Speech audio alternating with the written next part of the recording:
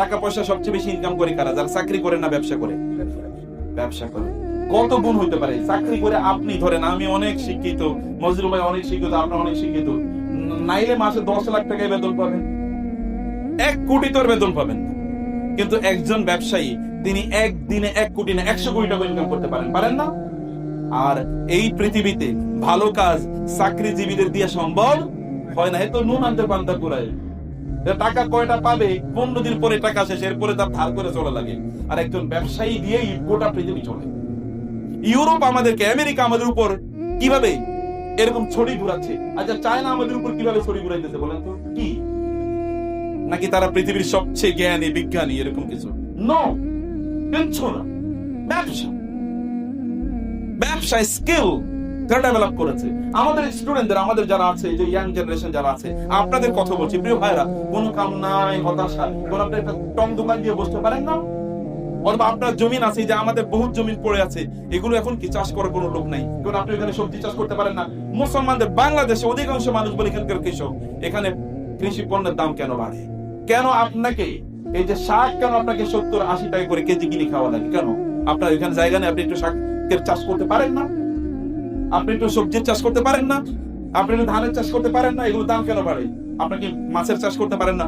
আপনি ইচ্ছা করলে করতে পারেন, কিন্তু আপনি কি বগরে বেগাড়া বা ভাগাড়া এরকম টাইপের আপনি চলবেন। অথবা পোলা পাইনার বানাইছে আমরা অধিকাংশ এরকম। এবং অধিকাংশ লোকই তারা পড়াশোনা করছে, কি কারণে করতেছে কেউ জানে না। যে যে সাবজেক্টে পড়ে ও কি ওই সাবজেক্টে চাকরি করে পড়ে? আমার কথা বুঝতে পারে না হয়তো অনেকেই। আপনার ছেলে যেই সাবজেক্টে পড়বে ও কি ওই সাবজেক্টে চাকরি করবে? আমি সেদিন গত কয়েকদিন আগে আমার খুবই ব্রিলিয়ান্ট ছাত্রদের মধ্যে একজন, সে কম্পিউটার সায়েন্সের অনেক বড় ছাত্র, কিন্তু এখন চাকরি করতেছে যে ওই যে জমির যেটাকে বলে মানে এসিল্যান্ড হিসেবে চাকরি করতেছে। এসিল্যান্ডের সাথে কম্পিউটার সায়েন্সের কি সম্পর্ক? সম্পর্ক আছে? কোনো সম্পর্ক নাই, কিন্তু ওই চাকরি করতেছে। অর্থাৎ আপনি যেটা পড়বেন ওইটা যে আপনার কর্মজীবনে কাজে লাগবে এর কোনো গ্যারান্টি নেই। অধিকাংশ লোকে সেটা করে না। তাহলে আমরা আসলে পড়াশোনা করার মূল উদ্দেশ্য হচ্ছে, আপনাদেরকে বলে যাচ্ছি এটা ভালো করে শুনুন, পড়াশোনা করার মূল উদ্দেশ্য হচ্ছে আমরা ভালো মানুষ। পড়াশোনা করছে ছেলেটা খুবই, পড়াশোনা ওর মধ্যে চালচলন, আদব, লেহাজ, আখলাক এগুলো খুবই ভালো। এখন পড়াশোনা করলে সেটা আপনার পাওয়া যায় না, কারণ ওর মাথায় একটাই ঢুকছে, তাহলে চাকরি করবে। এইটা ঢুকার কারণে সে আর কোনো দিকে তাকে না, এখন মাতাল হয়ে যেতেছে অধিকাংশ পোলাবে। দেখেন যারা পড়াশোনা করছে 8-10 বছর পর্যন্ত কেবল চাকরির পিছনে ঘুরতেছে, চাকরি পায় না, হতাশ হয়ে যাচ্ছে। হতাশ হয়ে যাওয়ার কারণে কি মানসিক রোগ তৈরি হইতেছে। এরপরে কি বিয়ে শাদী করতে পারতেছে না, 35 বছর বয়সে বিয়ে শাদী করে, বিয়ে শাদী করার পরে বউ পালায়া চলে যায়। কারণ এই বুড়ার কাছে আমি কি কারণে বিয়ে বুঝছি, এ তো দুনিয়াও বোঝে না, আগেরও তো বুঝে না, কিচ্ছু বুঝে না। 35 বছর বয়স তো বিয়ের বয়স না, বিয়ের বয়স 22-25 বছর, তো বিয়ে করবে কিভাবে? এ তো চাকরি করে না। আপনি বলেন পোলা এখনো চাকরি করে না, অথবা এখনো কি প্রতিষ্ঠিত হয় না, ওরে কি বিয়ে করাবো? ওরেও খাওয়াই, ওর বউরও খাওয়াবো আমি, ওর পোলা পাইনও আমি খাওয়াবো, এরকম মানসিকতা ডেভেলপ করছে। আমি আলোচনা করছি না, আমি বলছি যখন বিয়ে হয় দেরিতে, তখন কি হয়? অধিকাংশ মেয়েদেরই তাদের অপরাধে তারা জড়িয়ে যাচ্ছে। অধিকাংশ ছেলেরাই তার যৌবনের জন্য চাহিদা আছে, এই চাহিদার কারণে সে অপরাধে জড়িয়ে যাচ্ছে এবং আত্মহত্যার রেট বাড়ছে, হতাশা বাড়ছে। পরবর্তীতে পরিবার পরিজন গুলো কোনোভাবে চলে না, এদের পোলা মেয়ে হইতেছে না। বাংলাদেশের পপুলেশন নেগেটিভ। আপনাদের এখন যারা বুড়োরা আছেন, আপনারা দেখবেন আপনার বাবার ছেলে মেয়ে আপনার ছিলেন 10 জন, আর এখনকার পোলা মেয়ের ছেলে মেয়ে কয়টা হয়? 1 জন বা 2টা। এরপরে তো আবার বউ কাইত, আর হইতে পারতেছে না। আমার মা আমাকে বলেছে যে আমাকে পেটে নিয়ে তিনি সকল কাজ করছেন, এমনকি যেদিন জন্ম দিয়েছেন তখন তো আর সিজার মিজার কিছু এগুলো চিন্তা করা যায় না, তখন সিজার টিজার নাই। বলছে তোমাকে জন্ম দেওয়ার পরের দিন থেকে আমি রান্না বান্না শুরু করে দিয়েছি, কারণ আমার রান্না করে, আমার শাশুড়ি একটু বৃদ্ধা, আমাকে রান্না করে খাওয়াই দিত। এখন বলেন তো সিজার কইরা এমনি তো কোনো কাম করে না, এরপরও সিজার করা লাগে, সিজার করার পরে আর কোনো কাম করা যায় না, এখন তো অবশ, এখন বৈশা বৈশা রানীর মতো খাওয়ান লাগে তাকে। অধিকাংশ নারীদের অবস্থা এরকম। প্রবলেমটা কোথায়? প্রবলেমটা তো এই জায়গায়। এবং এই প্রবলেম কারা তৈরি করেছে? এই প্রবলেমটা ইহুদি খ্রিস্টানদের একটা প্রজেক্ট, কিন্তু ওরা কিন্তু আছে। আপনি জান, আপনার দরকার ছিল আপনার সন্তানকে সেই জন্য কর্মমুখী কর্ম শিখিয়ে দেয়া। এই যে এখনকার ইয়াং জেনারেশন, এই এলাকায় দেখবেন আপনি কোনো ভালো এরকম কোন ইয়ে পাবেন না, যারা ধরেন খুব টেকনিশিয়ান, এরকম টেকনিশিয়ান খুঁজে পাবেন না। কই আপনি টেকনিশিয়ান বানান না কেন? আপনার সন্তানদেরকে টেকনিশিয়ান বানান। এখন আপনি কৃষি কাজ করার জন্য কোনো লোক খুঁজে পাওয়া যায় না। কৃষি কাজ কি খারাপ কাজ নাকি? আল্লাহ সুবহানাহু ওয়া তাআলা কোরআনে কি পরিমাণ কৃষির আলোচনা করেছেন। ইসলামের সবচেয়ে গুরুত্বপূর্ণ কাজের মধ্যে একটা কাজ হলো কৃষি কাজ। শুধু তাই না, রাসূল সাল্লাল্লাহু আলাইহি ওয়াসাল্লাম বলেছেন, তোমার যদি মৃত্যুর সময় চলে আসে অথবা কিয়ামত অনুষ্ঠিত হবে, তুমি বুঝতে পারছো, তারপরেও একটা গাছের চারা লাগানোর সুযোগ থাকে, তাহলে গাছের চারাটা কি করো? লাগাও। রাসূল সাল্লাল্লাহু আলাইহি ওয়াসাল্লাম কি কথা বলেন নাই, কেউ যদি কোনো গাছের চারা লাগায়, তাইলে ওই গাছ থেকে যে ফল হয়, এই ফল যদি সে খায় তাহলে সওয়াব পাবে, যদি পথিকরা খায় তাহলে সওয়াব পাবে। যদি মানুষে খাওয়ার মতো ফল না হয়, পাখারি পশুরা পাখিরা খাওয়ার মতো যদি ফল ওইখানে হয়, তাইলে এই লোক কি পাবে? সওয়াব পাবে। এখন আমরা বুঝি যে গাছ লাগানোর কি পরিমাণ মর্যাদা। আপনি মনে করছেন আপনি কৃষি কাজ করলে আপনি লুজার? নো, আপনি কৃষি কাজ করলে যে ফসল উৎপাদন হচ্ছে, এই ফসলগুলো যখন মুসলমানরা খায়, এর কারণে আপনি বিনিময় সওয়াব পেয়ে যাবেন। আপনি এটা করবেন না কেন? আপনি এটা করবেন না কেন? কে আমাদের মধ্যে কনসেপ্ট ঢুকালো সার্ভিস, চাকরি চাকরি চাকরি মানে তো চাকরগিরি করা। আপনি চাকরগিরি করা ছাড়া কোনো কাম নাই? নিশ্চয় আছে। তাহলে সন্তানদেরকে ওইরকম অ্যাক্টিভ কিছু কাজে ঢুকে দেন, তাকে বলেন যে তোমাকে টাকা পয়সা অর্জন করতে হবে, হালাল উপায়ে তোমাকে অর্জন করতে হবে, তোমাকে যাকাত দেয়া লাগবে, তোমাকে সমাজের জন্য কাজ করতে হবে, সমাজের গরিব দুঃখীদের জন্য কাজ করতে হবে, তোমার আত্মীয় স্বজনরা গরিব কেউ কেউ আছে তাদের জন্য কাজ করতে হবে, তোমাকে মসজিদের জন্য কাজ করতে হবে, মাদ্রাসার জন্য কাজ করতে হবে, দিন প্রচারে তোমাকে কাজ করতে হবে। দিনের জন্য তুমি ফিজিক্যালি তুমি সময় দিতে পারবা না, ইন্টেলেকচুয়ালি তুমি সময় দিতে পারবা না, কিন্তু টাকা দিয়ে তুমি দিনের পক্ষে কাজ করো। এটা বলতে হবে, এরকম লোক লাগবে, এটা আপনাকে করতে হবে। এমন এই অনুমতি ওদের মধ্যে তৈরি করে দেন, ওদেরকে স্কিল ডেভেলপ করেন, ওদের মধ্যে স্কিল ডেভেলপ। আপনি জাপানে গিয়ে দেখেন কতজন মানুষ আপনি পাবেন এমএ পাস, জার্মানিতে যান কতজন এমএ পাস পাবেন, এই চায়নাতেই যান দেখেন না কয়টা এমএ পাস, মানে ওই রকম হায়ার ডিগ্রি নেবে। দরকার নাই তো, আপনি ইন্টারমিডিয়েট অথবা এতটুকু যথেষ্ট। এরপর আপনি দেখো অরিজিনাল কাজে ঢুকে অথবা ডিগ্রি নেই, আমাদের কোনো আপত্তি নাই, কিন্তু সে কাজ বুঝুক। ওই চাকরি তথাকথিত ইত্যাদির পেছনে তাকে ঢুকাবেন না। এর মধ্যে যে এই যে 8 বছর 7 বছর 6 বছর 5 বছর এর মধ্যে যে সময় কাটালো, এর জন্য কে জবাবদিহি করবে? আল্লাহ তাআলার কাছে অবশ্যই জবাবদিহি করতে হবে আপনাদেরকে। কারণ আমাদের জীবন এটা আমাদের জন্য আল্লাহর পক্ষ থেকে সবচেয়ে বড় নেয়ামত। সময় আল্লাহর পক্ষ থেকে সবচেয়ে বড় নেয়ামত। আমরা কাজ করি কিসের মধ্যে? সময়ের মধ্যে না? আমরা আল্লাহর কাছে সময় তো চাই, রব্বানা আখিরিনা ইলা আজালিন করিম ফাআসসাদ্দাক ওয়া আকুম মিনাস সালিহিন। আল্লাহ আরেকটু সময় দেন, আরেকটু সময় দাও। সময় তো চাই। আমরা 24 ঘন্টা সময়ের মধ্যে কাজ করি। যারা বিজি, যেমন আপনি মজনু ভাইকে যদি বলেন, ওই যদি বলবেন আল্লাহ আমি যদি আরো অনেক সময় পেতাম তাহলে আরো অনেক কাজ করতে পারতাম। ভালো মানুষরা কাজ করে, আর আপনি মনে করেন আরে সময় যায় না কেন? সময় যাবো কিভাবে? ওর তো কোনো কাম নাই, ওরে কাম দেন, গিভ দ্য ওয়ার্কস, তাদেরকে কাজ দেন। ছোট ছোট বাণিজ্যে তাদেরকে ঢুকিয়ে দেন, ছোট ছোট ব্যবসায় তাদেরকে ঢুকিয়ে দেন। শুরু করে start with very little enterprise, ছোট্ট করে শুরু করো। কোনো এক সময় বিশাল বড় এটা হবে। যারা বড় হয়েছে তাদেরকে লাভ দিয়ে বড় হয়েছে? নো, তারাও খুব ছোট করে শুরু করতে দেন। একটা নতুন আইডিয়া তাকে দেন, নতুন আইডিয়া নিয়ে তারা কাজ করুক। এন্টারপ্রেনিয়রশিপ, মুসলমানরা গোটা পৃথিবী প্রায় 1200-1300 বছর গোটা পৃথিবী শাসন করেছে। কিছুর উপর ভিত্তি করে জানেন? 3টা জিনিসের উপর ভিত্তি করে। এর মধ্যে 1 নম্বর ছিল নলেজ, জ্ঞান। 2 নম্বর ছিল টাকা, অর্থ, ব্যবসা বাণিজ্য। এই গোটা পৃথিবীর সকল ব্যবসা নিয়ন্ত্রণ করতো কারা?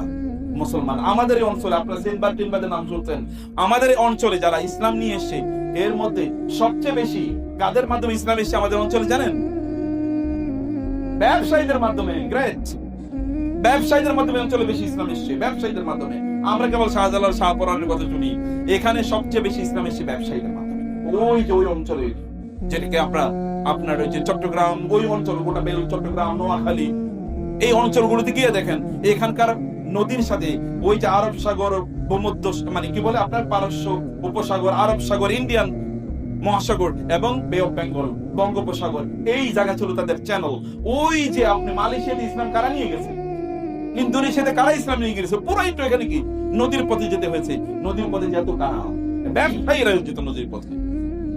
পণ্যগুলো তারা নদীর পথে তারা নিয়ে যেত। ওইখানকার পণ্য ওইখানে যেত, আরবের পণ্য এখানে, এখানকার পণ্য এখানে। ব্যবসা করেন, আপনার টাকা হলে ইসলামের কাজে লাগবে, মুসলমানদের কাজে লাগবে, দিনের কাজে লাগবে। খারাপ লোকের টাকা হলো ওগুলো জুয়ার খেলায় ওরা ব্যবহার করবে, ওরা সিনেমা বানানোর জন্য ব্যবহার করবে, ওরা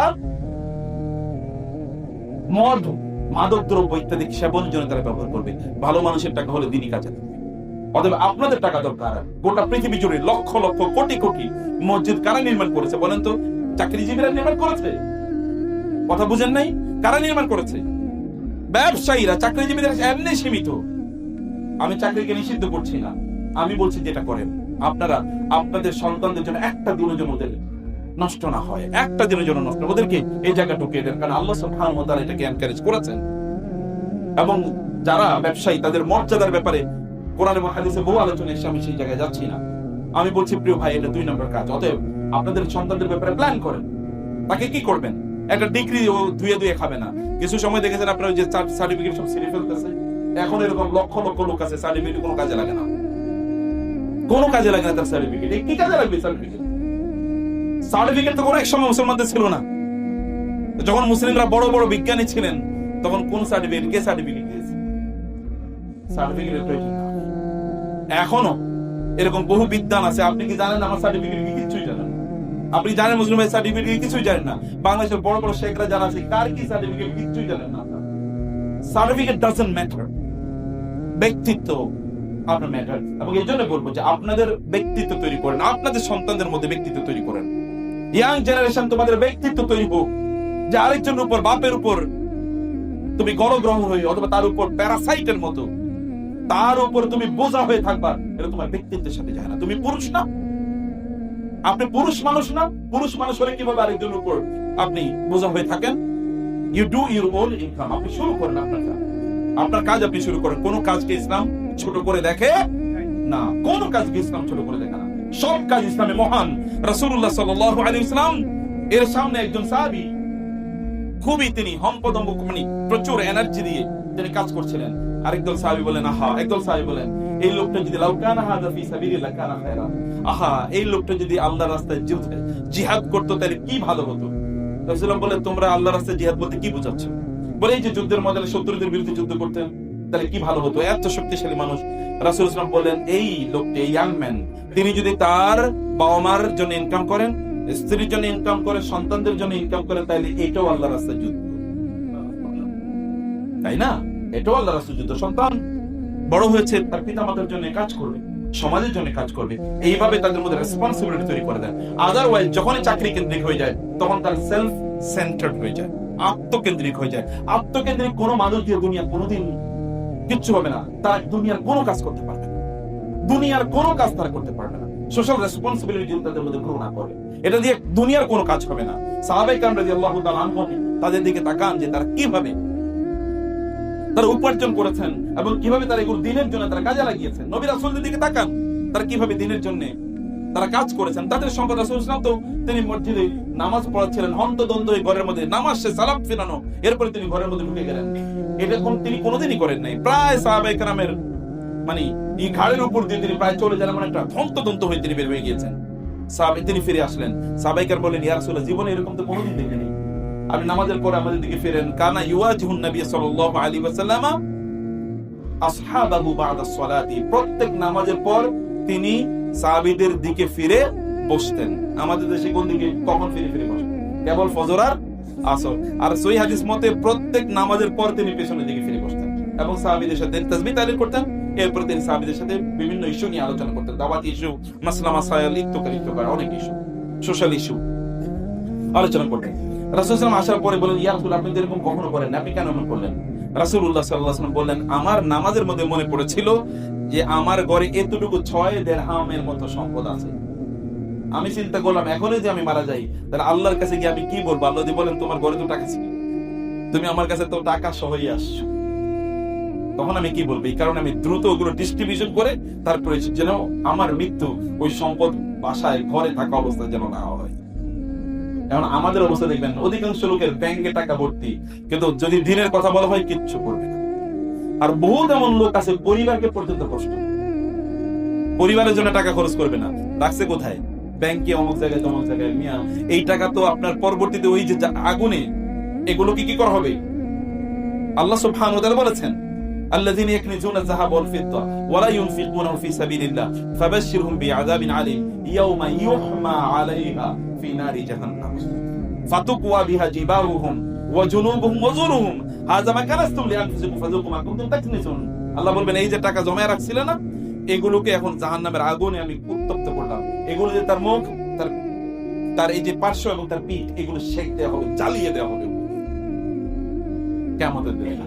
এগুলো জমা করে রাখছেন কি জন্য? এবং অন্য সহিহ হাদিসে এসে, বহু সহিহ হাদিসে এসে, সহিহ বুখারী, মুসলিম, কিয়ামতের দিন এগুলো সাপে পরিণত হবে, সুজাআন আকরা, মানে এরকম, মানে যেই যেই যেই বিষধর সাপ, এত বিষ তার মাথায় যে তার মাথায় কোনো চুল নাই, আকরা, এইরকম সাপ তাকে দংশন করতে থাকবে এবং বলবে আনা মালুকা আনা কানসুকা, আমি সেই সম্পদ, আমি সেই মাল যেগুলো তুমি ব্যাংকে জমা করে রাখছো, ঘরের মধ্যে স্তূপ করে রাখছো, কিন্তু এখান থেকে তুমি জনকল্যাণে ব্যয় করো নাই, দিনের জন্য ব্যয় করো নাই, এগুলো আজকে আমি সাপে পরিণত হলাম, তোমাকে কামড়াচ্ছি।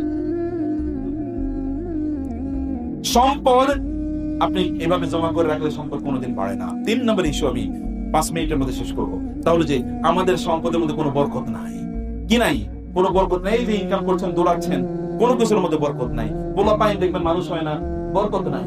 পোলা পাইন দেখবেন বুড়ো হয়ে যাচ্ছে, আয় ইনকাম নাই, অথবা তারা চাকরি বাকরি, অথবা তারা ব্যবসা বাণিজ্য কিচ্ছু করতে পারতেছে না। আর ভাগাড়ে টাইপের, ভাগাড়ে দোকানের কাছে যায়, সিনেমা দেখে আর গান শুনে আর বাসায় বসে বসে মোবাইল টিপে, এর বাইরে কোনো কাজ নাই। এই অথর্ব তৈরি হচ্ছে আপনার কারণে, এই অথর্ব তৈরি হচ্ছে আপনার কারণে। কারণ কি? এর আগে আমি বলেছি প্ল্যান নাই তাদের নিয়ে। এবং 2 নম্বর, এখন ধারাবাহিক ভাবে কয়েকটা জিনিস বলে, এর মধ্যে নাই ঈমান, ঈমানের ত্রুটি আছে। অধিকাংশ লোকের ঈমানের ত্রুটি। আপনি হয়তো বলবেন না যে ঈমানের ত্রুটি মানে একজন আলেমের, মজনু ভাইয়ের কাছে বসেন, আপনার ঈমান কি কি আছে একটু চেক করেন, দেখেন ঈমান ঠিক আছে কি। ঈমান যদি ঠিক থাকে তাহলে ওই ব্যক্তির দারিদ্র, অথবা সে কোনোদিনই এইরকম সংকটে কোনোদিন তার পড়ার কথা নয়। আল্লাহ সুবহানাহু বলেছেন, ওয়ালাউ আন্না আহলাল কুরআ আমানু ওয়াত্তাকাউ লাফাতাহনা আলাইহিম বারাকাতিম মিনাস সামাই ওয়াল আরদ। জমিনবাসী যদি তারা সত্যিকার অর্থে ঈমান আনতো, তাহলে আল্লাহ তাআলা বলছেন আসমান এবং জমিনের বরকতগুলো তাদের জন্য উন্মুক্ত করে দিতে হবে। আপনার কত বরকত দরকার, সে কারণে আপনাকে ঈমান আনতে হবে, আপনাকে ঈমান আনতে হবে। একজন বিখ্যাত তাবেঈ, তার নাম হচ্ছে আল-হাসান। তিনি তার 7 জন কন্যা সন্তান, কয়জন কন্যা সন্তান? 7 জন। এই কন্যা সন্তানকে রেখে তিনি একবার বলেন, আমি একটু জ্ঞান অর্জনের সফরে যাব এবং আমি এর মধ্যে উমরা করে আসবো। তো তার স্ত্রী এবং অন্য সন্তান বলেন, বাবা তো বাসায় তো খাবার নাই, তুমি যদি যাও তাহলে আমাদের হবে কি? এর মধ্যে এক সন্তান, তার বয়স, কন্যা সন্তান বয়স 10 বা 12, বললেন আমরা আল্লাহর উপর তাওয়াক্কুল করি, আল্লাহ সুবহানাহু ওয়া তাআলা দেবেন। মেয়ের কথায় আশ্চর্য তিনি চলে গেলেন। রাতের বেলা ওখানে তাদের ঘরের দরজায় টোকা দিল। একজন এসে টোকা দিল, দেখা গেল প্রায় কয়েকশো সেখানে সেনাবাহিনী, সৈন্য। তোমরা কারা? বলছে আমরা আবু জাফর আল মানসুরের লোক। কেন এসে বলে, আমরা এই দিক দিয়ে যাচ্ছিলাম, আমাদের পানি লাগবে, আমাদের সৈন্যদের পানি শেষ হয়ে গেছে, একটু পানি দিতে পারবা? বলেছে ঠিক আছে, আমাদের শুধু পানি আছে আর কিছু নাই বাসায়। বলেছে ঠিক আছে, পানি নিয়ে যাও, পানি দাও। পানি দেওয়ার পর বলেছে এই বাসাটা কার? বলছে ওই যে ওই অমুক আল-হাসান অমুকের। বলে যে আমাদের বিদ্যান যে জ্ঞানী, আমাদের এই অঞ্চলে সবচেয়ে বড় আপনার আলেম ওনার। বলে হ্যাঁ, তো উনি কই? বলে উনি তো চলে গেছে ইয়েতে, ওমরা চলে গেছে এবং দিনই সফরে উনি গেছেন। বলেছে ঠিক আছে, উনি যেহেতু গেছেন তাহলে তোমাদের একটু খোঁজ খবর নেওয়া লাগে। তিনি বললেন যে তাহলে মানে আবু জাফর আল মানসুর, যে আমার কাছে কয়েকশো দিরহাম আছে, দিনার আছে, দিনার মানে স্বর্ণ মুদ্রা, আমি এগুলো দিয়ে দিলাম, এই সৈন্যরা তোমাদের যার যা আছে দিয়ে দাও। এগুলোর মধ্যে কয়েক হাজার হয়ে গেছে। দেয়ার মানে কি?